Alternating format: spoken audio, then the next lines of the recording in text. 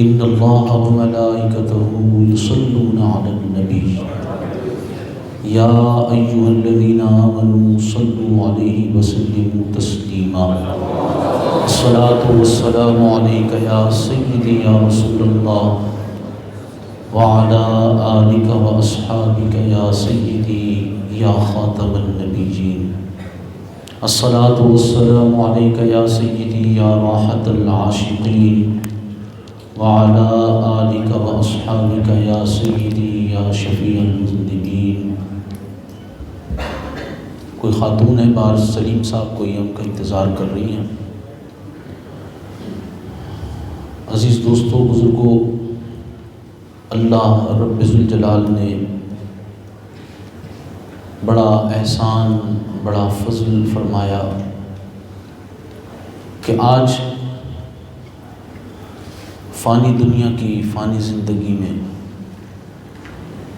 اللہ تعالیٰ نے ہمیں اپنے محبوب علیہ السلام کی باقی رہنے والی محبت عطا فرمائی۔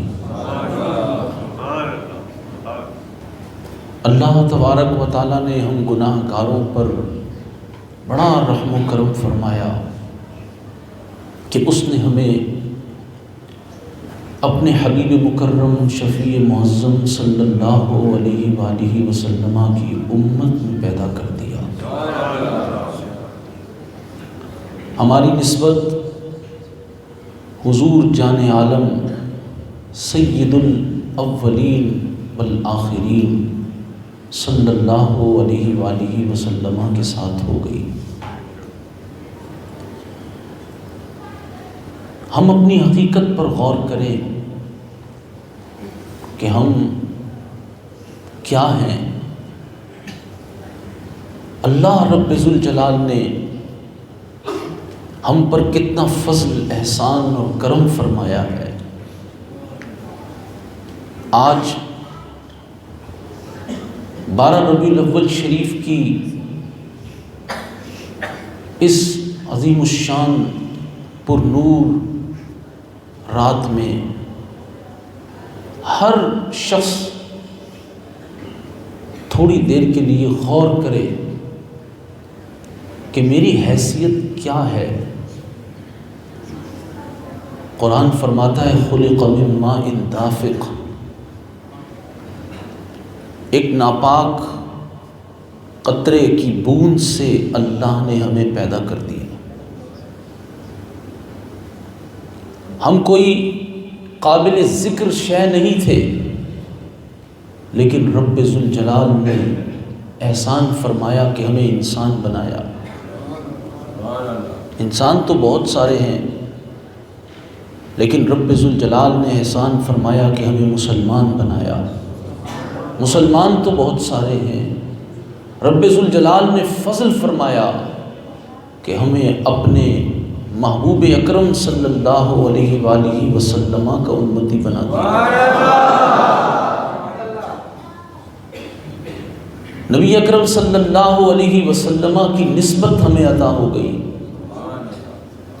حضور کی نسبت کو کاش ہم نے پہچانا ہوتا، ہم نے سمجھا ہوتا اس کو، تو ہر وقت ہماری زندگی کا رنگ بدلا ہوا ہوتا، ہر وقت دل میں شکر کی کیفیت ہوتی، ہر وقت رسول اللہ صلی اللہ علیہ وسلم کی تعظیم اور توقیر والی زندگی ہمیں نصیب ہوتی۔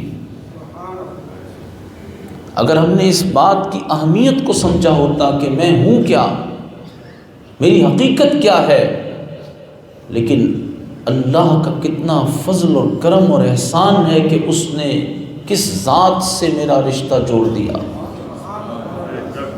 کتنی عظیم نسبت مجھے حاصل ہو گئی۔ اللہ تبارک و تعالیٰ نے نبی پاک صلی اللہ علیہ وآلہ وسلم کو جو مقام، جو شان، جو مرتبہ، جو عزت، جو ناموس عطا کی،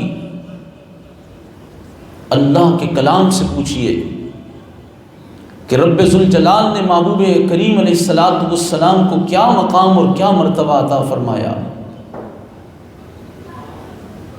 عام انسان پھر مسلمان، اور پھر مسلمانوں میں سے اولیاء اللہ، ان کے مراتب، سارے ولی مل جائیں تو کسی نبی کے ایک سانس کے برابر نہیں ہو سکتے۔ پھر انبیاء علیہم السلام میں سے رسول، اور رسولوں کے تاجدار ہمارے آقا و مولا حضور پر نور صلی اللہ تعالیٰ علیہ وسلم، تلک الرسل، یہ رسول ہیں، فضلنا، ہم نے فضیلت دی، ہم نے فضیلت دی۔ اللہ فرماتا ہے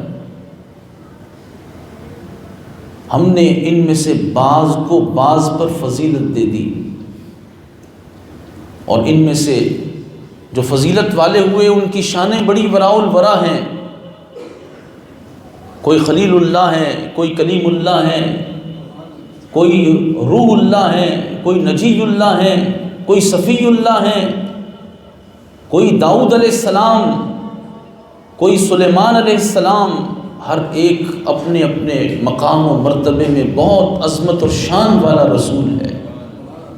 لیکن فرمایا یہ سارے بڑی شانوں والے ہیں، مگر وَرَفَعَ بَعْضَهُمْ دَرَجَاتٍ، کوئی وہ ہے جسے سب پر درجوں بلند کر دیا، کوئی وہ ہے۔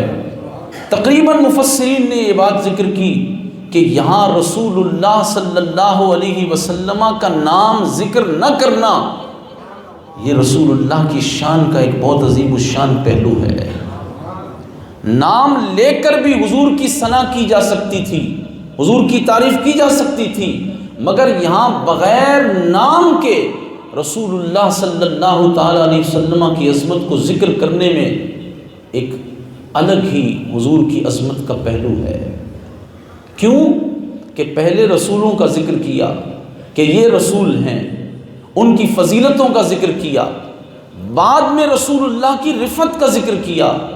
مراد یہ ہے کہ یہ جو پہلے رسول آئے یہ سب رسول اللہ صلی اللہ علیہ وسلم کی آمد کا خطبہ پڑھتے رہے، سب رسول اللہ کی آمد کی بشارتیں دیتے رہے اور بتاتے رہے کہ ہمارے بعد جو آنے والے ہیں وہ اس کمال کے رسول ہیں کہ اللہ تبارک و تعالیٰ نے سب پر اگر کسی کو بلند کیا ہے تو وہ وہی ذات ہے۔ وہ بتاتے رہے تو سب پوری اللہ کی مخلوق سب پہچان گئے کہ وہ سب سے آخر میں آنے والے محمد الرسول اللہ۔ اوصاف اتنے بیان کر دیے گئے، اوصاف اتنے بیان کر دیے گئے کہ اب سب کو پہچان ہو گئی، نام نہ بھی لیا جائے تو سب سے بلند و بالا اگر کوئی ہے تو وہ اللہ کے محبوب علیہ الصلوۃ والسلام ہے۔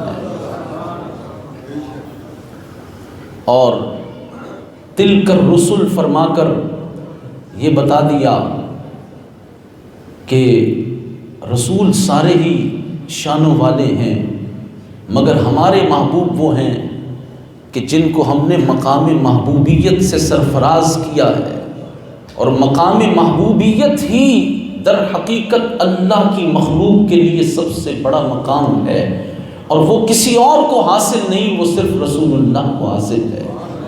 ہاں حضور کے صدقے اللہ تبارک و تعالی لوگوں کو اپنا محبوب بناتا ہے۔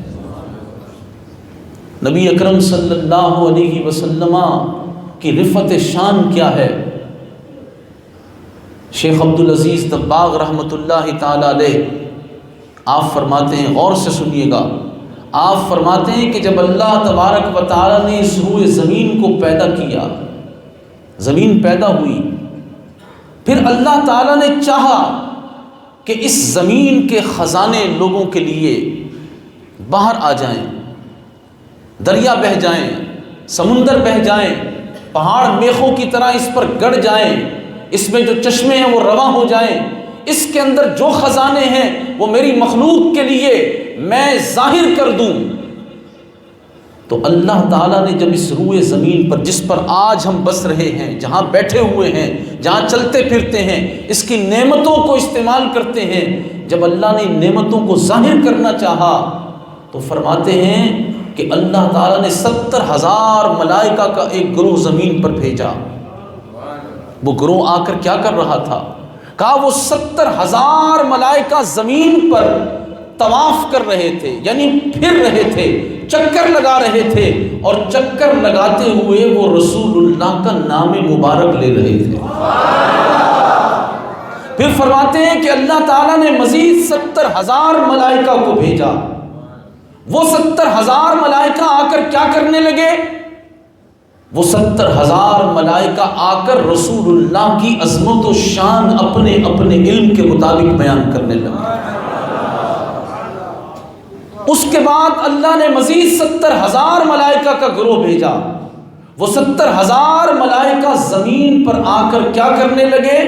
پہلے والے 70,000 رسول اللہ کا صرف نام لیتے تھے، دوسرے آ کر حضور کی عظمت کے خطبات پڑھتے تھے، اور تیسرے 70,000 آ کر رسول اللہ پہ درود و سلام کا نذرانہ پیش کرتے. جب حضور کے نام کی، حضور علیہ السلام کے ذکر کی اور حضور پر درود و سلام کی برکتیں پوری زمین پر فرشتوں نے بکھیر دی، تو اللہ نے اس کی برکت سے زمین کے خزانوں کو ظاہر کیا. اس محبوب سے رب ذوالجلال نے ہماری نسبت جوڑ دی. غور کریں اپنے آپ پر. دنیا کی بہترین نعمت میں اور آپ استعمال کریں. بہترین نعمت، عمدہ ترین پھل، لبنا خالصا سائغا للشاربین، بہترین نعمت، شفاء للناس، شہد بہترین نعمت، پھل بہترین نعمت، عمدہ غذائیں ہم استعمال کر لیں، لیکن ہمارے وجود کی حالت یہ ہے کہ استعمال کرنے کے بعد ہم اسے تعفن زدہ کر دیتے ہیں، ناپاک کر دیتے ہیں. ہے کہ نہیں؟ ہماری حالت یہ ہے، حقیقت یہ ہے. لیکن پھر رب ذوالجلال نے کتنا کرم کر دیا کہ رب ذوالجلال نے ہم جیسے لوگوں کو رسول اللہ سے نسبت دے دی. کیونکہ حضور علیہ السلام جان نعمت ہیں. حضور علیہ السلام نعمتوں کی اصل ہیں. ہر نعمت کی اصل اور کمال رسول پاک علیہ السلام کی ذات ہے. شیخ ہی فرماتے ہیں، اللہ اکبر، فرماتے ہیں نبی پاک علیہ السلام کے بے شمار اسما ہیں، حضور کے بے شمار نام ہیں. ان ناموں میں سے ایک نام ہے المنحمنا. حضور کے ناموں میں سے ایک نام ہے المنحمنا. آپ فرماتے ہیں کہ اس نام کے دو جز ہیں، ایک من ہے، ایک حمنا ہے. کہتے ہیں من اس نعمت کو کہتے ہیں جس سے ظاہر اور باطن میں نفع حاصل کیا جا سکے، اور دوسرا حمنا، یہ اس کی صفت ہے کہ وہ نعمت اپنے کمال تک پہنچی ہوئی ہو تو کہا جاتا ہے کہ من حمنا.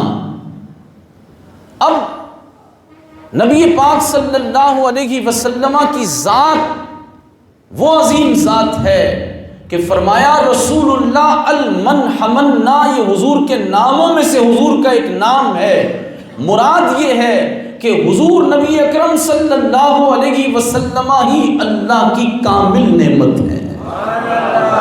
حضور ہی اللہ کی کامل نعمت ہے. اور فرمایا نبی پاک علیہ السلام سے ظاہر اور باطن میں نفع حاصل کیا جا سکتا ہے. اس سے مراد کیا ہے؟ فرمایا ایک تو یہ ظاہر ہے، یہ باطن ہے. فرمایا نہیں، عالم ارواح میں بھی اور عالم دنیا میں بھی جس نعمت سے نفع حاصل کیا جا سکتا ہے وہ صرف رسول اللہ کی ذات. نبی پاک صلی اللہ تعالی علیہ وسلم ہی کامل نعمت ہیں.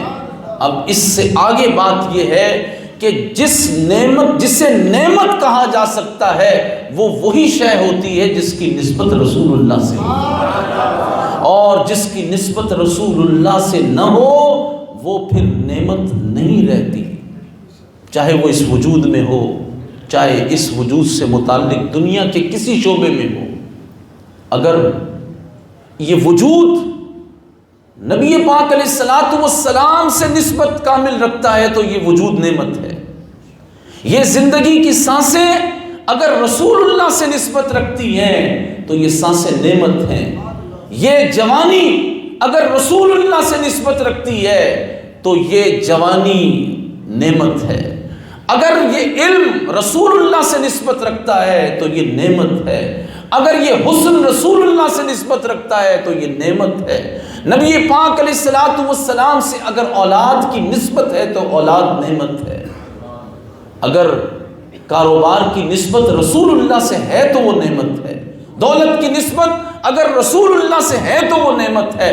منصب کی نسبت اگر رسول اللہ سے ہے تو وہ نعمت ہے۔ ورنہ اگر نبی پاک علیہ الصلوۃ والسلام سے نسبت نہ ہو تو جتنا بڑا بھی شرف ہو وہ سارے کا سارا بندے کے لیے گلے کا طوق بن جاتا ہے، زحمت بن جاتا ہے، ذلت اس کا مقدر بن جاتی ہے۔ اگر رسول اللہ سے نسبت ہو تو پھر تو مٹی بھی نعمت بن جاتی ہے، اور اگر حضور سے نسبت نہ ہو، مٹی کیسے نعمت بن جاتی ہے؟ مٹی، یہ وجود کس چیز کا بنا ہوا ہے؟ کس کا بنا ہوا ہے؟ مٹی کا بنا ہوا ہے نا۔ لیکن یہ مٹی، اس جسم کی مٹی اگر رسول اللہ سے منسوب ہو جائے، حضور علیہ الصلوۃ والسلام کی خاطر، حضور کی وفا اور حضور کی محبت اور تعظیم اور تکریم کی خاطر اگر یہ مٹی کام میں آنے لگ جائے اور پھر اس مٹی کا نصیبہ جاگ جائے اور یہ حضور پر اتنی فنا ہو جائے کہ اپنا آپ یہ مٹا دے، تو پھر وہ شاعر نے کتنی خوب بات کہی تھی کہ جب رسول اللہ کی محبت، حضور کی تعظیم، حضور کی عزت، حضور کی توقیر کے لیے جب یہ مٹی فنا ہو جاتی ہے تو اس مٹی کا مقام یہ ہو جاتا ہے کہ تیری محبت میں فنا ہو کے یہ رتبے، تیری محبت میں فنا ہو کر یہ رتبے، تیری محبت میں فنا ہو کر یہ رتبے کہ فرشتے چاہتے ہیں بحر تیمم مجھ کو، فرشتے چاہتے ہیں بحر تیمم مجھ کو۔ بات نہیں سمجھے آپ؟ یہ بات وہاں عرشوں سے اوپر چلی گئی ہے، بات عرشوں سے اوپر چلی گئی ہے، آپ کا مزاج بھی وہیں جانا چاہیے۔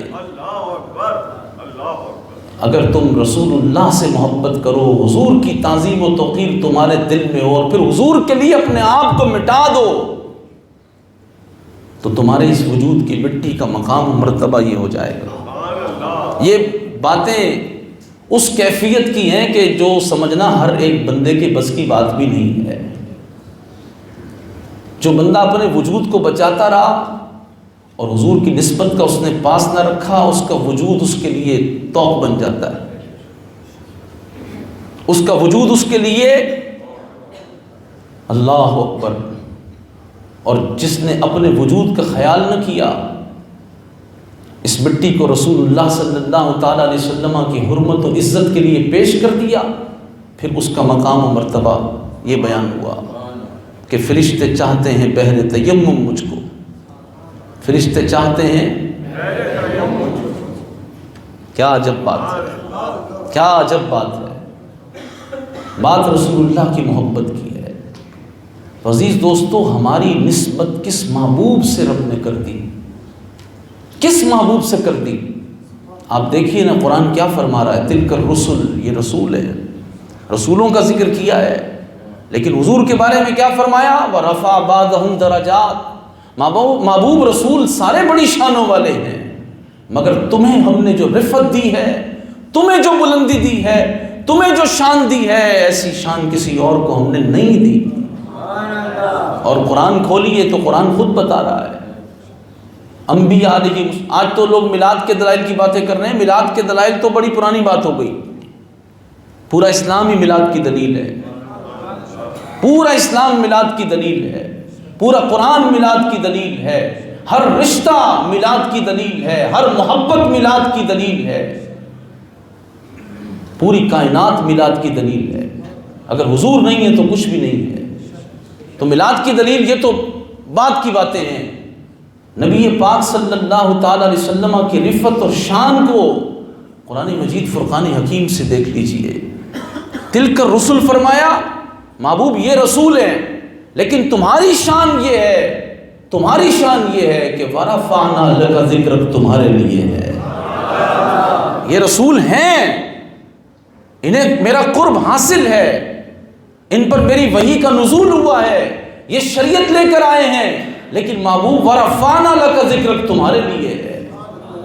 یہ رسول ہیں، مگر سبحان الذی اسریٰ بعبدہ لیلا من المسجد الحرام الی المسجد الاقصی الذی بارکنا حولہ لنریہ من آیاتنا انہ هو السمیع البصیر۔ یہ تمہارے لیے ہے محبوب، یہ رسول ہیں، مگر ان اللہ وملائکتہ یصلون علی النبی، یہ تمہارے لیے ہے محبوب، یہ رسول ہیں، لیکن والضحیٰ واللیل اذا سجا تمہارے لیے ہے محبوب، یہ رسول ہیں، مگر وَلَسَوْفَ يُعْطِيكَ رَبُّكَ فَتَرْضَىٰ، یہ تمہارے لیے ہے۔ فترضیٰ نے ڈالی ہیں باہیں گلے میں، نہیں سمجھے؟ یہ کون سا مقام ہے؟ فترضیٰ نے ڈالی ہیں باہیں گلے میں کہ ہو جائے راضی طبیعت کسی کی، ہو جائے راضی طبیعت کسی کی۔ وَلَسَوْفَ يُعْطِيكَ رَبُّكَ فَتَرْضَىٰ، یہ تمہارے لیے ہے۔ وَلَلْآخِرَةُ خَيْرٌ لَكَ مِنَ الْأُولَىٰ، یہ تمہارے لیے ہے۔ تِلْكَ الرُّسُلُ، یہ رسول ہیں، مگر اے محبوب تمہارے لیے وَمَا يَنطِقُ عَنِ الْهَوَىٰ إِنْ هُوَ إِلَّا وَحْيٌ يُوحَىٰ، اے محبوب یہ رسول ہیں، مگر دنا فتدلا فکان قاب قوسین او ادنا، تمہارے لیے قاب قوسین کی وادیوں کا شہ سوار اگر کوئی ہے تو وہ میرے مصطفیٰ کریم رسول ہیں، لیکن اے محبوب والنجم اذا ہوا، اس چمکتے دمکتے ستارے محمد مصطفیٰ کی قسم ہے جب وہ ہمارا دیدار کر کے پھر واپس آ گئے، واپس آ گئے۔ حضور کا جانا بھی کمال ہے، مگر فرمایا وہ واپس آ گئے، یہ بھی حضور کا کمال ہے۔ اور داتا گنج بخش علی حجویری رحمۃ اللہ علیہ آپ سے پوچھیں کہ آپ کیوں واپس آ گئے رسول اللہ، قسم بخدا وہ وجہ جو داتا صاحب نے بیان کی، آج اگر امت اس وجہ کو پہنچتی، اگر امت اس وجہ کو پہچانتی تو زمین پر یہ گستاخ زندہ نہ رہتے، ان سے بدلہ لیا جا چکا ہوتا۔ کاش یہ حکمران جو 57 اسلامی ممالک کے 2 ارب مسلمانوں کے حاکم بنے بیٹھے ہیں اس وجہ کو سمجھ جاتے کہ حضور معراج پر گئے، اللہ کا دیدار کیا، پھر واپس آ گئے۔ کیوں؟ داتا گنج بخش علی حجویری فرماتے ہیں حضور امت کی وجہ سے واپس آ گئے۔ عیسیٰ علیہ السلام بھی آسمانوں پر بلند ہیں، سمجھ رہے ہیں؟ ادریس علیہ السلام بھی بلند ہیں، وہ جنت چلے گئے، لیکن حضور واپس آ گئے۔ کیوں؟ امت کی وجہ سے۔ امت نے کیا صلہ دیا ہے؟ اور آج بھی آپ غور کریں اس بات پر کہ عرش سے اعلیٰ، عرش سے عرفہ، عرش سے بلند مقام اللہ تبارک و تعالیٰ نے زمین پر رکھا ہے۔ عرش کی بلندیاں تو بہت ہیں، مگر عرش سے بلند و بالا مقام اللہ نے زمین پر رکھا ہے، اور وہ مقام وہ ہے جس میں مصطفیٰ نہیں، حضور کا جسم نازنین نہیں۔ نبی پاک علیہ السلام نے جو لباس اقدس زیب تن فرمایا، اور پھر اس کے نیچے جو چادر ہے، اس چادر سے جو زمین کا ٹکڑا مس ہے وہ عرش الہی سے افضل ہے۔ حضور کے جسم اقدس کتاب کہاں ہے؟ نہیں سمجھے بات آپ؟ حضور کا روضہ اطہر شریف جہاں حضور جلوہ فرمایا، حضور نے تو لباس زیب تن فرمایا ہوا ہے، اور اس کے نیچے ایک چادر موجود ہے جو ایک صحابی نے حضور کو پیش کی تھی، وہ چادر حضور کی تربت اطہر میں موجود ہے، اس سے جو مٹی مس ہو رہی ہے وہ عرش اعظم سے بھی اعلیٰ ہو رہا ہے۔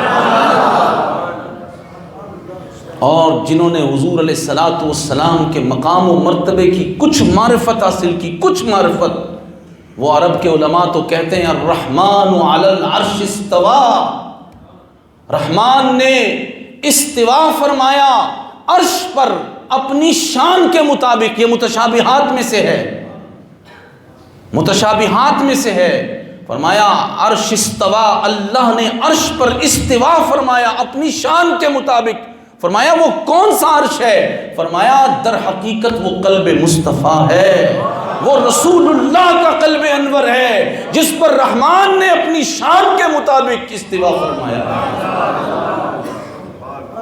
کیونکہ کوئی اور مقام ایسا نہیں کہ جو رب ذوالجلال کی وحدانیت کا راز سمجھ سکتا۔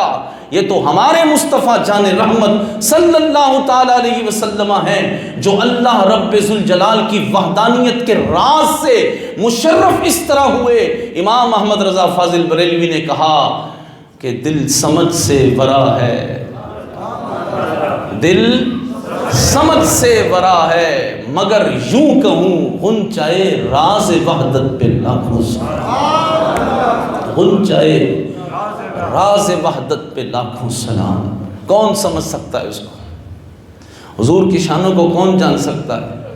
نبی پاک علیہ الصلوۃ والسلام کا مقام و مرتبہ کتنا بلند و بالا ہے۔ ہم صرف اس بات پر تھوڑی دیر کے لیے آج کی شب غور کرنے بیٹھے ہیں کہ اس محبوب کا اتنا بلند و بالا مقام، اور ہم جیسے گناہ گار ناپاک لوگ ان کی نسبت رسول اللہ سے ہو گئی۔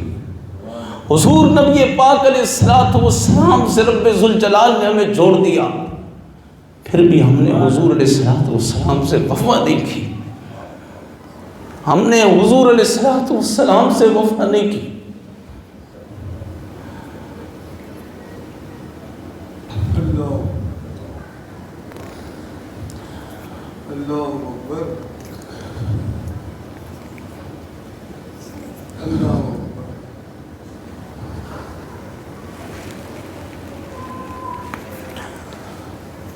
آج کس طرح حضور کی گستاخیاں ہو رہی ہیں۔ 1400 سال میں کبھی یہ نہیں ہوا تھا، 1400 سال کی تاریخ میں کبھی یہ وقت امت نے نہیں دیکھا تھا، کسی میں اتنی جرت نہیں ہوئی تھی۔ ہم نے یہ وقت دیکھا،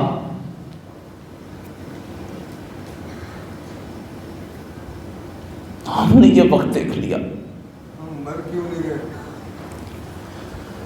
کہ رسول اللہ صلی اللہ تعالی علیہ وسلم کے 2 ارب امتی حضور کا کلمہ پڑھنے والے، 2 ارب لوگ،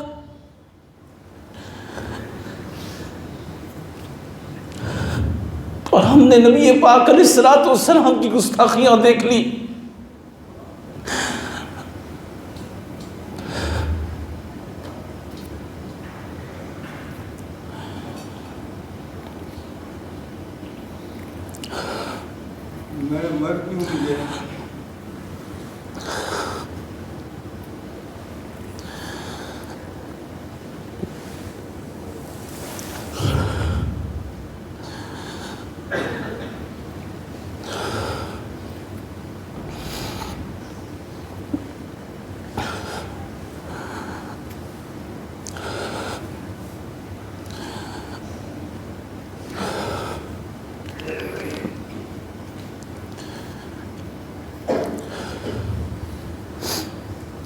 عزیز دوستو، کیا ہم تقریریں کر رہے ہیں؟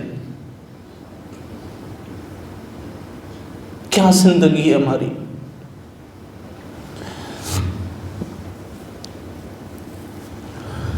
اس سے برا کون سا وقت ہوگا؟ ان کی ہمت اتنی ہو گئی اور ہماری طرف سے کوئی جواب نہیں آیا۔ جلسے جلوس احتجاج، بس وہ بھی کسی مقدر والے، کسی نصیب والے کا حصہ ہے۔ اتنے بدترین حکمران ہم نے دیکھ لیے، بد سے بدتر لوگ آ رہے ہیں۔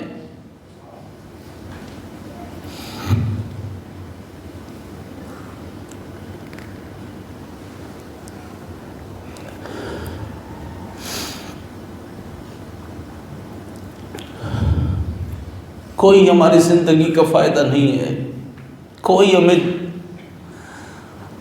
ہماری کوئی بقا نہیں ہے۔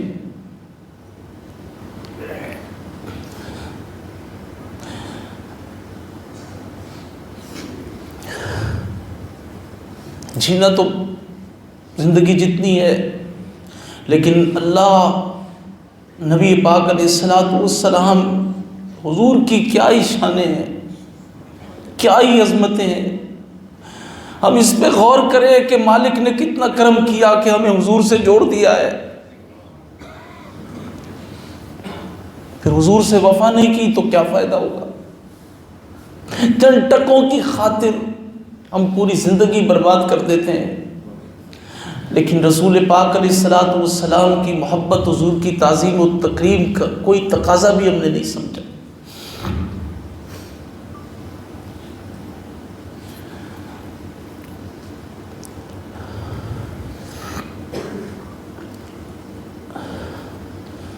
آئیے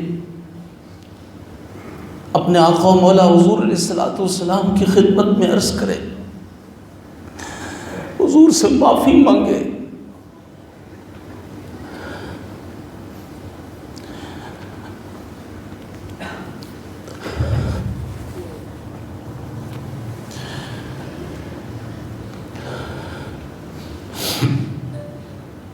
حضور جود و سخا والے ہیں، حضور عطا کرنے والے ہیں، عطا کرنے والے ہیں، سب کچھ وہی دیتے ہیں۔ تو آئیں حضور سے غیرت مانگیں، حضور سے جرت مانگیں، حضور سے ہمت مانگیں، حضور سے سطوت مانگیں، حضور سے بہادری مانگیں، بزدلی ہمارے دلوں سے نکل جائے۔ آج کی رات حضور سے عرض کریں کہ یا رسول اللہ، یا ہمیں موت آ جائے یا ہمیں اتنی جرت دے کہ ہم گستاخوں کا سر قلم کر دیں۔ حضور ہی دینے والے ہیں۔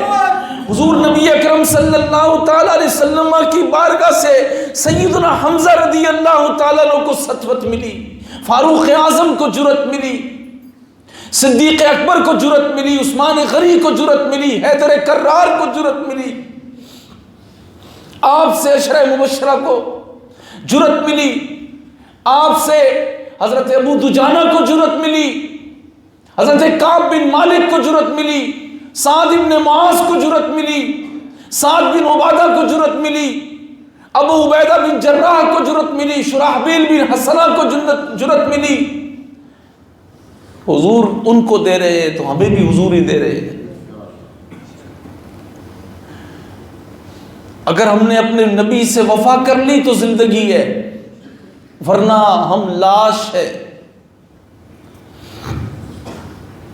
ٹھیک ہے بلبلیوں میں گم ہے، لیکن عزیز دوستو، آج ربیع الاول شریف کی یہ بابرکت گھڑیاں ہیں، رب محبوب کا صدقہ دیتا ہے۔ ہم ہمیشہ دنیا ہی مانگتے رہتے ہیں، دنیا ہی مانگتے رہتے ہیں۔ آئے اللہ کریم سے حضور کا صدقہ، حضور کے لیے غیرت مانگے، کیونکہ وہ رب اپنے محبوب کے بارے میں سب سے زیادہ غیور ہے۔ وہ اتنا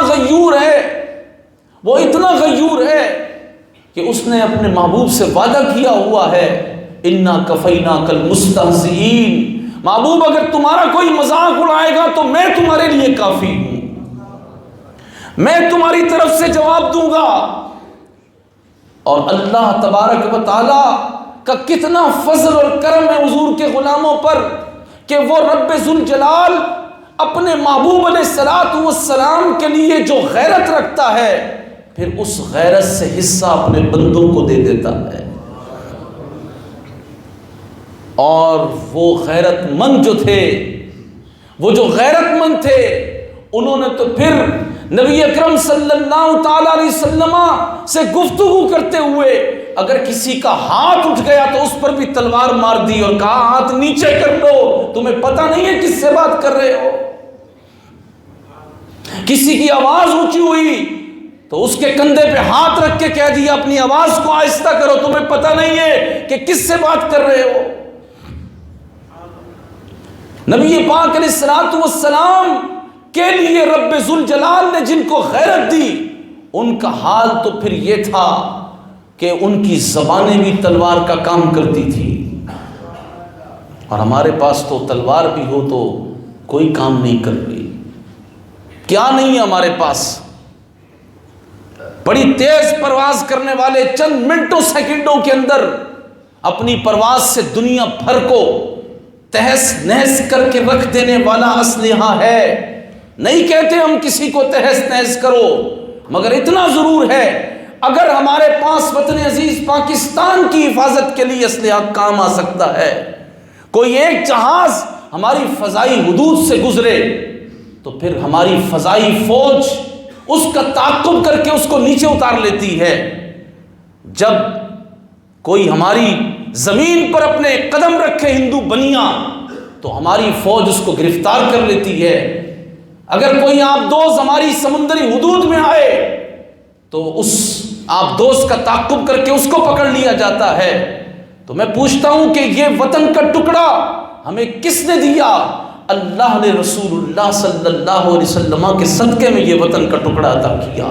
سارا جہاں حضور کا ہے، تو بتاؤ ملک کی سرحد جو ہے اس کی حفاظت کے لیے تو ہر کوئی حرکت میں آ جائے، ہر کوئی پریشان ہو جائے، مگر ایمان کی جو سرحد ہے، جو اللہ رب ذوالجلال کے قرب کی جو سرحدیں ہیں، اب ان کو پامال کر رہے ہیں وہ بدبخت، تو کیوں حرکت میں ابھی تک ہم نہیں آئے؟ کیوں حرکت میں نہیں آئے؟ کیوں کوئی نہیں بول رہا؟ وجہ یہ ہے کہ غیرت اللہ کی طرف سے خوش نصیبوں کا مقدر ہوتی ہے۔ جرأت کے ساتھ رسول اللہ کے گستاخوں کو للکارنا صحابہ علیہم الرضوان کا مقدر تھا۔ نہ صرف للکارنا، اللہ اکبر للکار کے پھر اس کی گردن پر پہنچ کر اس کے سر کے ٹکڑے کر دینا۔ سیدنا علی المرتضیٰ کرم اللہ تعالی وجہ الکریم اشجع الاشجعین، آپ نے جب عمرو بن عبدود کو غزوہ خندق کے اندر ضرب لگائی، وہ ضرب کیسی ضرب تھی؟ وہ اتنا بڑا پہلوان جس کے بارے میں کفار کہتے تھے کہ 1000 آدمیوں کی طاقت رکھتا ہے، جب رسول اللہ کی گستاخی کرتا ہوا وہ میدان میں آیا تو نبی پاک علیہ الصلوۃ والسلام نے اس کے مقابلے کے لیے خود حضرت حیدر کرار کو بھیجا، اور نبی پاک علیہ الصلوۃ والسلام خود اس منظر کو ملاحظہ فرما رہے تھے۔ جب دھول اڑی، صحابہ کہتے ہیں ہمیں دونوں میں سے کوئی بھی نظر نہیں آ رہا تھا، پھر اچانک ہمیں آواز آئی، جس آواز کو سن کر رسول اللہ نے تکبیر بلند کی، اللہ اکبر کہا، اور وہ آواز کس چیز کی آواز تھی؟ وہ آواز یہ تھی کہ حضرت حیدر کرار کی تلوار اس کے سر پر چلی، اس کے وجود کے ٹکڑے کر کے رکھ دیے۔ رسول اللہ نے فرمایا حیدر کرار کی یہ ضرب جو اس گستاخ کے وجود پر لگی ہے جن و انس کی عبادت سے بہتر ہے۔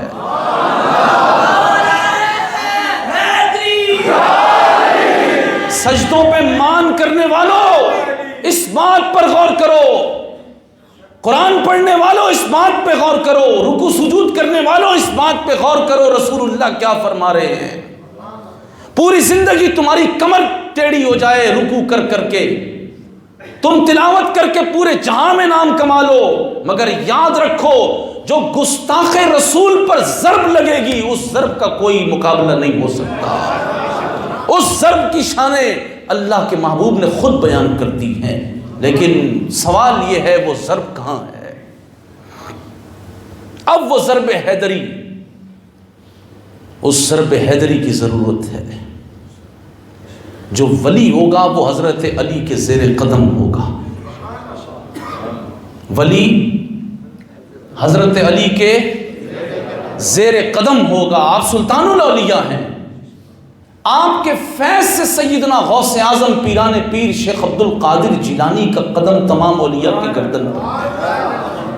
تو حیدر کرار کا عمل تو یہ بتا رہا ہے کہ انہوں نے گستاخ رسول کے وجود پر ضرب ماری، تو بتاؤ پھر اللہ کا جو ولی ہوگا وہ کیا ضرب حیدری کی بات نہیں کرے گا؟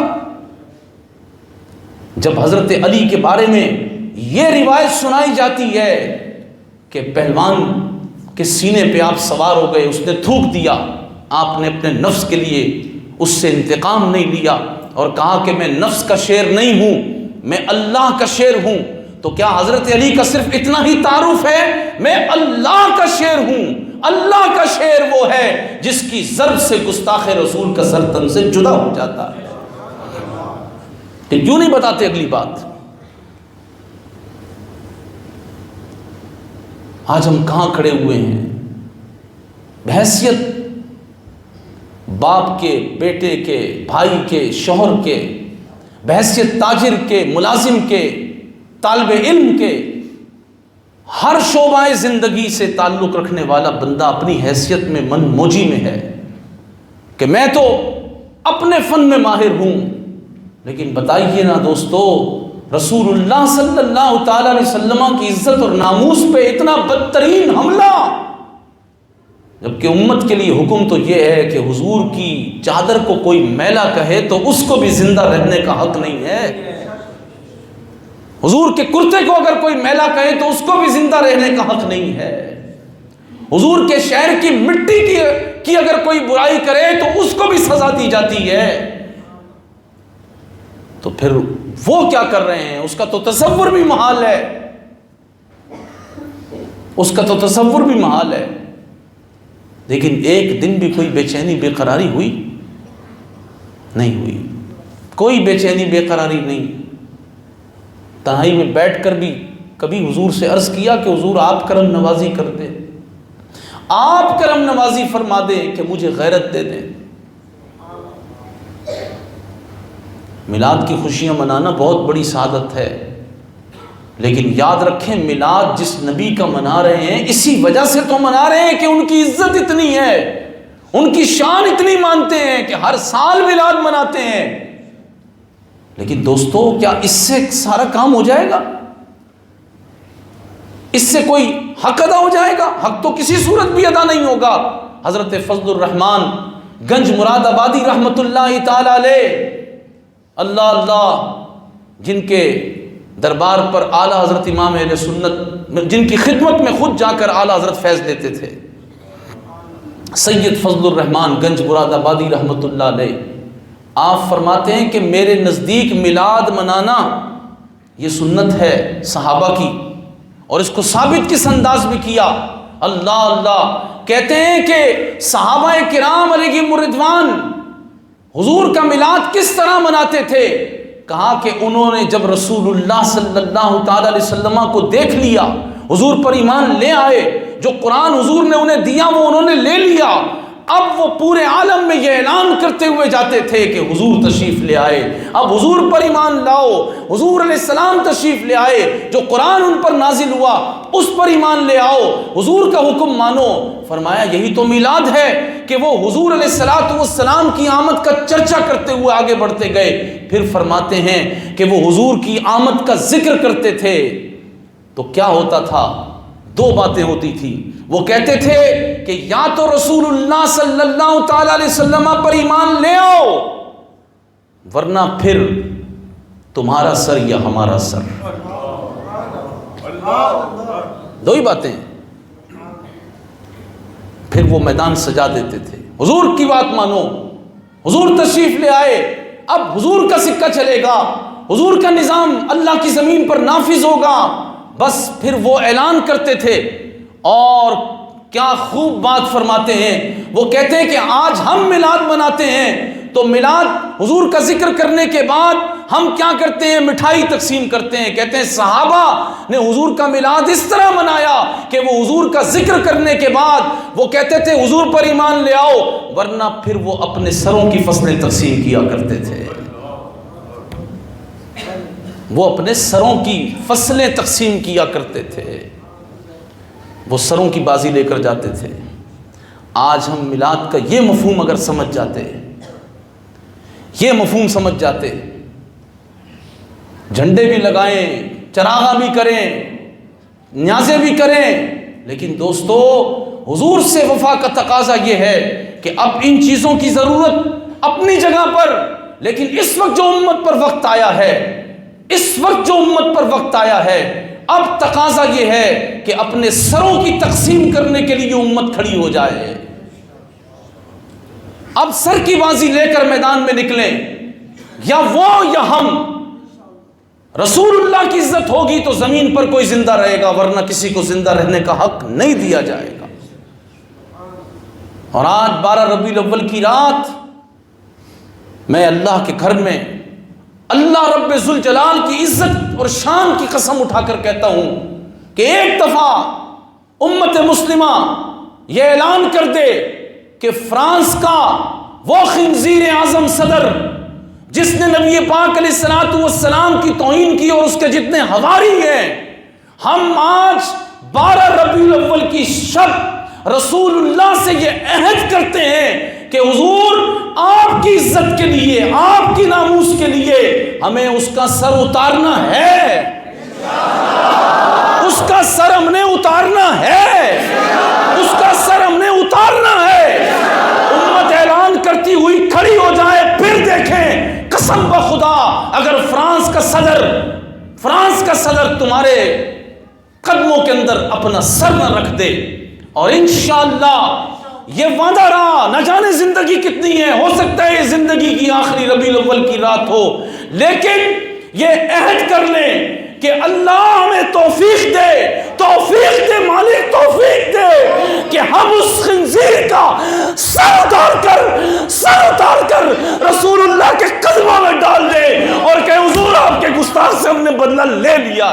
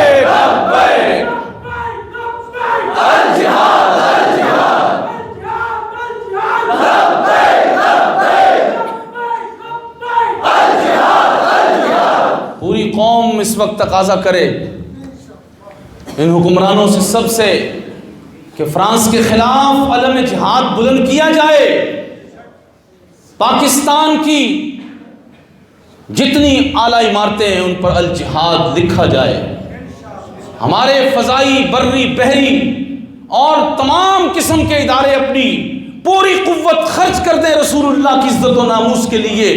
قسم بخدا ان اداروں کی عزت صبح قیامت تک سلامت رہے گی۔ اور اگر انہوں نے کسی نے بھی اگر رسول پاک علیہ الصلوۃ والسلام کی ناموس و عزت سے وفا نہ کی تو یہ زندگی تو ختم ہونے والی ہے، کر و فر سب خاک میں مل جائے گا۔ آپ دیکھیے ان قبرستانوں کو جا کر جہاں بہت سارے کر و فر والے لوگ آج مٹی کا ڈھیر بنے ہوئے ہیں، کتے بھی ان کی قبر پر پیشاب کرنے نہیں آتے۔ یہی حال ہوگا ان کا بھی، یہی حال ہوگا۔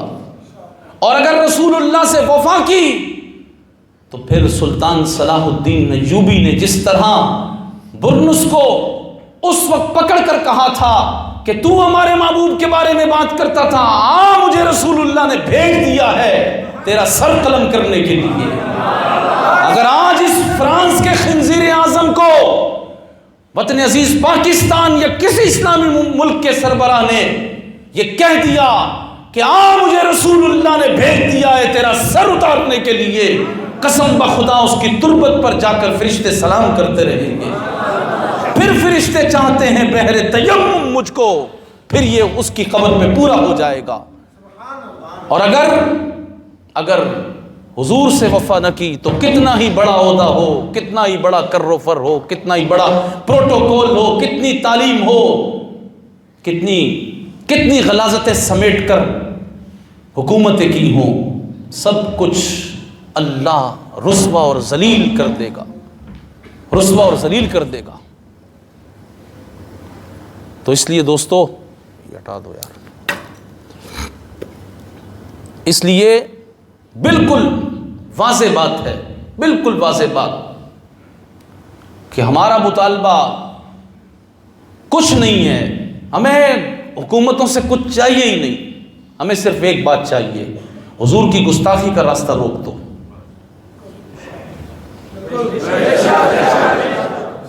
ایک ہی بات، ایک ہی مطالبہ ہے، حضور کی گستاخی کا راستہ بند کر دو، بس، اور کوئی مطالبہ نہیں ہے، کوئی سڑکیں نہیں، کوئی بجلی پانی کچھ نہیں چاہیے، لگاؤ لاک ڈاؤن، جو مرضی کرنا کرو، ہمیں صرف ایک بات چاہیے کہ اس خنزیر کا سر اتارو جس نے رسول اللہ صلی اللہ تعالی علیہ وسلم کے خلاف یہ کام کیا ہے، اور ان عمارتوں پر ان خنزیروں کو لٹکایا جائے، اور تمہاری قوتوں کو چیلنج ہے، اور اللہ تعالیٰ جل شانہ نے تمہیں ڈھیل دی ہوئی ہے، جو کلمہ تم نے پڑھا ہے اس کا امتحان ہو رہا ہے، اور صرف ان لوگوں سے نہیں ہو رہا، سب سے امتحان ہو رہا ہے کہ رب نے تمہیں مفت میں بن مانگے ایمان دیا نا، مانگا تھا ہم نے، پھر اس ایمان کے لیے کوئی مصیبت آئی ہم پر، کوئی آزمائش آئی، ادھیڑ دیا گیا صحابہ علیہم رضوان کے مقدس جسموں کو،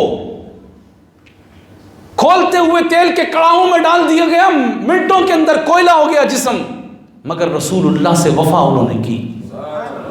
یہاں تو کوئی آزمائش نہیں آئی، زندگی اتنی گزر گئی، کچھ بھی نہیں آیا ہم پر، تو ایمان لیے زمین پر چل پھر رہے ہیں، ایمان کی باتیں ہو رہی ہیں، کتنے مزے سے میلاد مناتے ہیں، کتنے مزے سے قرآن پڑھتے ہیں، کتنے مزے سے مسجدیں بناتے ہیں، کتنے مزے سے تراویاں پڑھتے ہیں، کتنے مزے سے خانقاہیں چلاتے ہیں، کتنے مزے سے ہاتھ چومواتے ہیں لوگوں سے، کتنے مزے سے عزت کرواتے ہیں لوگوں سے۔ مجھے بتائیں کوئی آزمائش آئی ہم پر؟ نہیں آئی۔ تو اب ہمارا امتحان ہے کہ اللہ تعالیٰ نے تمہیں اتنا کچھ محبوب کے صدقے دے دیا، تم نے حضور سے کیا وفا کی، کیا وفا کی؟ کوئی درود شریف پڑھ کے، کوئی نعت خوانی کر کے مطمئن ہو جائے گا کہ میں حضور کا حق ادا کر چکا ہوں؟ یہ یاد رکھیے گا، قسم بخدا حضور کا حق کوئی ادا اس جہاں میں کر نہیں سکتا، کیونکہ حضور کا حق رب ہی جانتا ہے۔ امتی کے لیے تو یہ ہے، امتی کے لیے تو یہ ہے کہ کروں تیرے نام پہ جان فدا، نہ بس ایک جان دو جہاں فدا، دو جہاں سے بھی نہیں جی برا، کروں کیا کروڑوں جہاں نہیں۔ حضور کروڑوں جہاں ہوتے تو میں آپ کے نالے نے مقدس پہ تصدق کر دیتا، لیکن کروڑوں جہاں میرے پاس نہیں ہے۔ امتی کے لیے تو یہ نصاب ہے جو امام احمد رضا نے پڑھایا، اور یہ ان کا پڑھایا ہوا نہیں، صحابہ علیہ رضوان کا پڑھایا ہوا نصاب ہے۔ عزیز دوستو، بس میری گفتگو ختم ہو گئی، آپ حضرات سے صرف اتنی گزارش ہے کہ ہم کمزور تو ہو چکے، احتجاج ہی کر سکتے ہیں، کاش وہ قوت اللہ ہمیں دے دے، ہمیں دے دے۔ جن ماؤں نے ہمیں دودھ پلایا انشاءاللہ اس کو ایسا حلال کریں گے، اور یہ بھول ہے بہت بڑی کفار کی، گرچہ ظاہری اسباب نظر نہیں آ رہے، لیکن اللہ بڑا غیور ہے، اللہ بڑا غیور ہے، اللہ بڑا غیور ہے۔ اللہ تبارک و تعالی ان قریب اپنے محبوب علیہ السلام کی ناموس اور عزت کے لیے حضور کے غلاموں میں سے کسی کو چنے گا اور آپ دیکھیں گے کہ اللہ محبوب علیہ السلام کی عزت کا انتقام لے گا۔ لیکن یہ بتا دوں کہ یہ کوئی نہ سمجھے کہ میں یہاں بیٹھ کر تقریر کر کے مطمئن ہو جاؤں، میں یہاں بیٹھ کر دعا مانگ کے بد دعا مانگ کے مطمئن ہو جاؤں کہ اللہ ان کو غارت کر دے، اللہ ان کو بیڑا غرق کر دے، وہ فنا ہو جائیں، وہ یہ ہو جائیں، وہ ہو جائیں۔ نہ، یہ میری بات یاد رکھیے گا، یہ بہت بڑا دھوکہ ہے، یہ دین اسلام کی تشریح نہیں ہے۔ میری بات سمجھ رہے ہیں؟ رسول اللہ صلی اللہ علیہ وسلم پہلے صحابہ کو بدر لے گئے، پھر رات کو عریش مبارک میں حضور نے پوری رات دعا فرمائی۔ اچھا حضور مدینے میں ہی دعا کر دیتے تو صحیح نہیں تھا؟ آج جو تشریح اسلام کی ہو رہی ہے اس کے مطابق تو یہاں بد دعا مانگ کے فارغ ہو جائیں؟ نہیں، اللہ کے دشمنوں، رسول اللہ کے دشمنوں کے لیے صحابہ حضور کے ساتھ بے سر و سامانی کی حالت میں چلے۔ انہوں نے یہ نہیں کہا حضور آپ یہیں مدینہ پاک کے اندر ہی بد دعا کر دیں، نہیں، چلے بدر پہنچے، حضور نے پوری رات دعا کی، جب صبح ہو گئی تو صبح کہہ دیتے کہ دعا ہو گئی ہے نا، نہیں، حضور پوری رات دعا کرتے رہے۔ اور حضور کی شان یہ ہے کہ حضور نبی پاک علیہ الصلوۃ والسلام کی صفت یہ ہے کہ آپ یقین کے نور سے شک کو دفع کرنے والے ہیں۔ نبی پاک علیہ الصلوۃ والسلام اللہ کی ذات پر سب سے زیادہ یقین رکھنے والے ہیں۔ پھر حضور علیہ الصلوۃ والسلام صحابہ کو پھر بدر میں اتار بھی رہے ہیں، خود حضور اتر بھی رہے ہیں، اور پھر صحابہ حضور علیہ الصلوۃ والسلام کے گستاخوں سے آمنے سامنے ہو کے اپنی جانوں کے نذرانے پیش کر رہے ہیں۔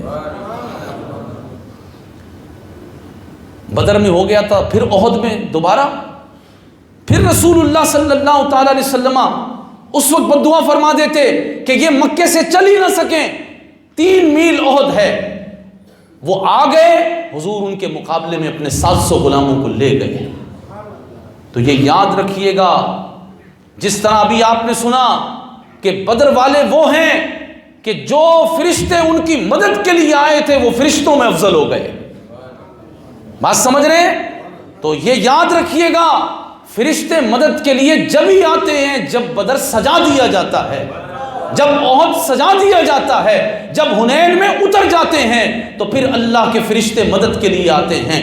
کوئی فرانس کی طرف اپنی پرواز کرے گا، جب فرانس کو دھمکی لگے گی، جب مسلمانوں کے سپہ سالار آگے بڑھیں گے، جب امت مسلمہ کے جوان اپنے سینے کھول کر گستاخان رسول کے خلاف کھڑے ہو جائیں گے اور آواز آئے گی من سب نبیًا من سب نبیًا من سب نبیًا من سب نبیًا من سب نبیًا، جب یہ آواز ہمارے سینوں سے نکلے گی، سینوں سے نکلے گی، اس آواز کا اتنا اثر ہوگا والعادیات ضبحا فالموریات قدحا فالمغیرات صبحا فاثرن به نقعا فوسطن به جمعا۔ میدان کے بیچ میں جا کر گستاخوں سے لڑنے کی ہمت اللہ دے دے گا۔ فوسطن به جمعا، تو آؤ میدان کے بیچ میں چلیں، باہر کنارے پہ کھڑے ہو کے بد دعا کرنے سے کام، آؤ رسول اللہ کی عزت کے لیے میدان کے بیچ میں اترنے کا عزم کرو۔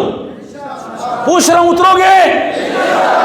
حضور کی عزت کے لیے میدان کے بیچ میں اترو گے؟ حضور کے گستاخوں کو مارنے کے لیے بیچ میں اترو گے؟ اور تمہاری آواز امت مسلمہ کی ایک ہی آواز ہوگی، فَاقْتُلُوهُ فَاقْتُلُوهُ۔ یہ ہو ضمیر لوٹ رہی ہے اس ملعون کی طرف، اس فرانس کے صدر کی طرف یہ ضمیر لوٹ رہی ہے۔ کاش ہمارا ضمیر ایسا جاگتا کہ یہ ضمیر کی آواز ہوتی، یہ ضمیر کی آواز بنتی رسول اللہ کا فرمان، ہمارے سینوں سے ایسی آواز نکلتی کہ اس بدبخت کی روح نکل جاتی۔ آواز ایسی ہوتی۔ کافر بزدل ہوتا ہے، کافر بزدل ہوتا ہے،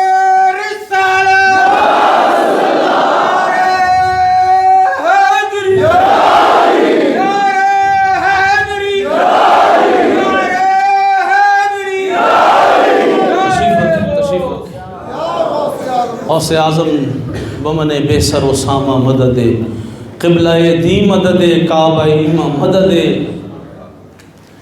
حضور غوث پاک کرم کرنے والے ہیں. ان قریب قادریت کا نور بڑھ چڑھ کر گستاخوں کو مار دے گا.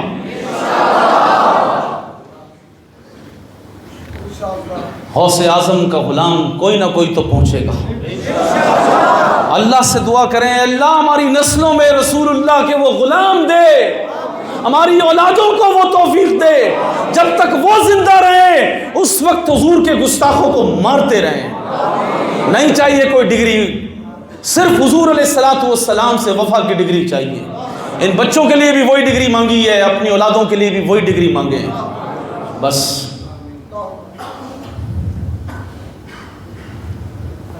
آج ہم نے میلاد منانا ہے تو بس اس طرح منانا ہے. کل جلوس نکلے گا تو اس میں بھی یہی بات ہوگی. سب سے پوچھ رہا ہوں کیا بات ہوگی؟ سارے بتاؤ.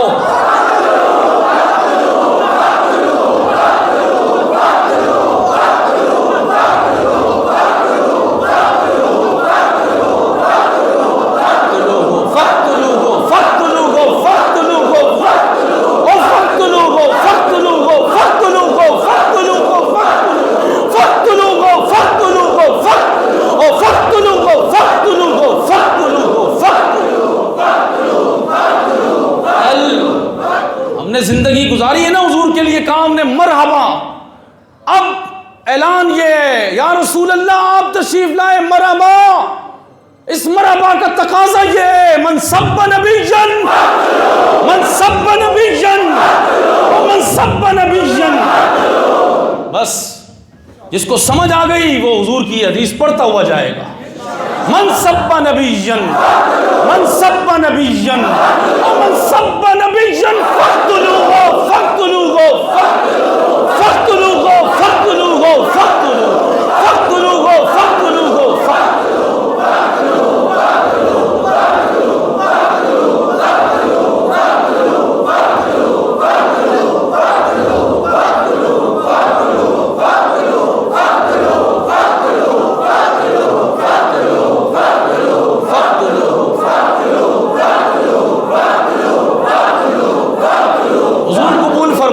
حضور قبول فرما لیں گے. حضور اپنے غلاموں سے بڑا پیار کرتے ہیں. کوئی حضور علیہ الصلوۃ والسلام کی ناموس کے لیے ایک سانس لے لے تو حضور علیہ الصلوۃ والسلام کرم کے دریا بہا دیتے ہیں. یہاں تو آواز ہی آ رہی ہے فاقتلوه فاقتلوه.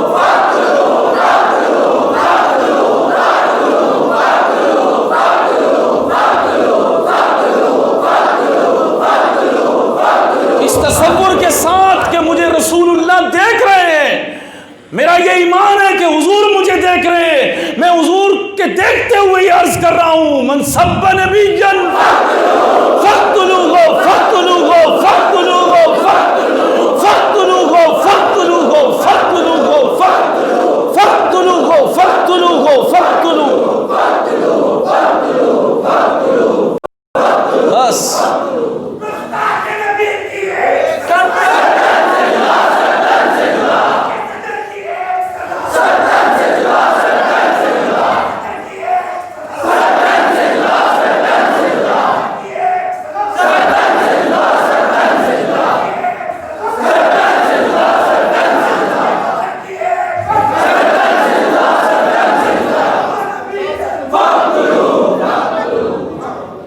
ہمیں تو وجد آئے گا اب اس پر. ہماری منزل یہی ہے, بس ایک ہی سند چاہیے من سب نبیًا, ایک ہی سند چاہیے ہمیں. بس جس دن کسی گستاخ کے ٹکڑے ہمارے ہاتھ سے ہوئے رضی اللہ, اللہ راضی ہو جائے گا, اللہ راضی ہو جائے گا. وفا کی سند حاصل کرنی ہے. اللہ تعالیٰ اپنے محبوب علیہ الصلوۃ والسلام کی محبت نصیب فرمائے.